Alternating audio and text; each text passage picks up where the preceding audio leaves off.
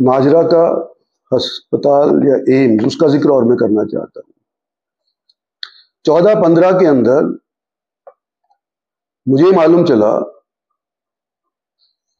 नड्डा साहब हुआ करते थे हेल्थ मिनिस्टर, मुझे मालूम चला कि भारत सरकार की नीति है कि हर एक प्रांत के अंदर एक एम्स को डालेंगे। तो खट्टर साहब यहाँ पे आए, मैंने उनको कहा कि भी अनाउंस कर दो, करवा तो मैं लूंगा ही वहां पे, क्योंकि भारत सरकार की नीति है और हमारे पास एम्स है नहीं। तो उन्होंने अनाउंस कर दिया। उसके बाद जिस तरह की जलालत मैं कहता हूं इन लोगों ने करी, इलाके के साथ जो धोखा छल कपट किया, उसका मैं बयानबाजी करना चाहता हूं कि मनेठी ने सबसे पहले अपनी जमीन तजवीज करी, पता होते हुए कि ये फॉरेस्ट के नीचे दी हुई है, ये 200 एकड़ के ऊपर यहां पर एम्स नहीं बन सकता, लेकिन फिर भी उन्होंने वो 200 एकड़ मुझे दे दिया। मैंने इनका ऊपर भरोसा किया और मैंने कहा कि भाई यहां पर हम एम्स बनाएंगे। दिल्ली तक बात गई, दिल्ली वालों ने कहा कि हम टीम भेज रहे हैं। जब टीम भेजी यहां पर, जब पता चला कि मेरा बेवकूफ बना दिया, मेरा फॉरेस्ट की जमीन को मेरी तरफ से सिफारिश करवा दी। इनको पता था कि फॉरेस्ट की जमीन है, फिर भी इन्होंने मेरी तरफ से उस जमीन को तजवीज करवा दिया। और जब वो आकर के रिपोर्ट आई कि तो एनजीटी से पंगा हो जाएगा, ये तो फॉरेस्ट वाले इन्वायरमेंट वाले नहीं इसको क्लियरेंस देंगे, तो फिर वो बैठ गए कि जी हम तो धरने पे बैठते हैं। एम्स संघर्ष समिति के नाम की एक समिति उन्होंने बना ली और कहा कि हम एम्स लिवाए हैं।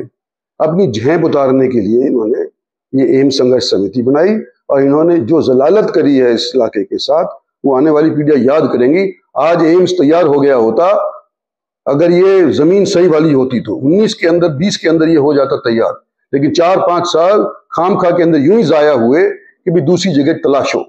और ये तो माजरा वालों ने तलाश करके हमारी दे दी, ये तो हम तो खरीद तो सकते नहीं थे, हम तो एक्वायर तो कर ही नहीं सकते थे, माजरा वालों ने दे दी। तो एम्स हमारे पे आ गया, हमारे प्रधानमंत्री ने आकर के उसका उद्घाटन भी कर दिया।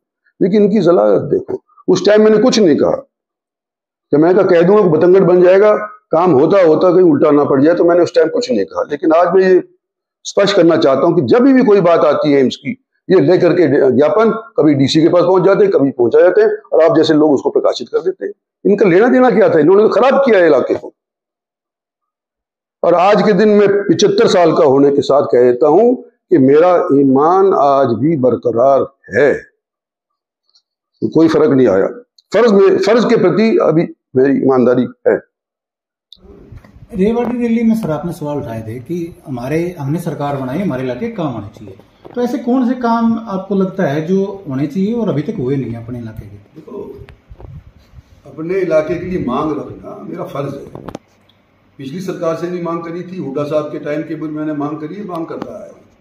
और आज के दिन मैं कहता हूं कि ये मांग करने की वजह से ही कुछ हमारे को मिला है।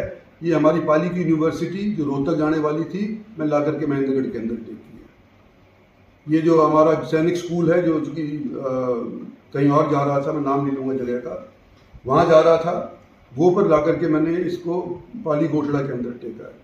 ये जो एम्स कह रहे थे कि नहीं बन सकता और कहते हैं कि बादशाह के अंदर इतना खर्च हो गया है, वो कैंसर हॉस्पिटल भी बना हमारे और एम्स बना। अगर मैं नहीं इसके बारे में प्रयास करता, परिश्रम नहीं करता, तो यहाँ पर हमारे को एम्स नहीं मिलता, हमारे को डिफेंस यूनिवर्सिटी नहीं मिलती जो बिनौला के अंदर आज के दिन है, हमारे को मेट्रो नहीं मिलती जो आज के दिन प्रस्तावित है और मंजूर हो गई है, हमारे को RRTS नहीं मिलती। हालांकि उसमें विलम्ब हो गया है, लेकिन उसके पीछे अगर किसी ने प्रयास किया है तो सबसे ज्यादा प्रयास मैंने किया है, क्रेडिट कोई होता है।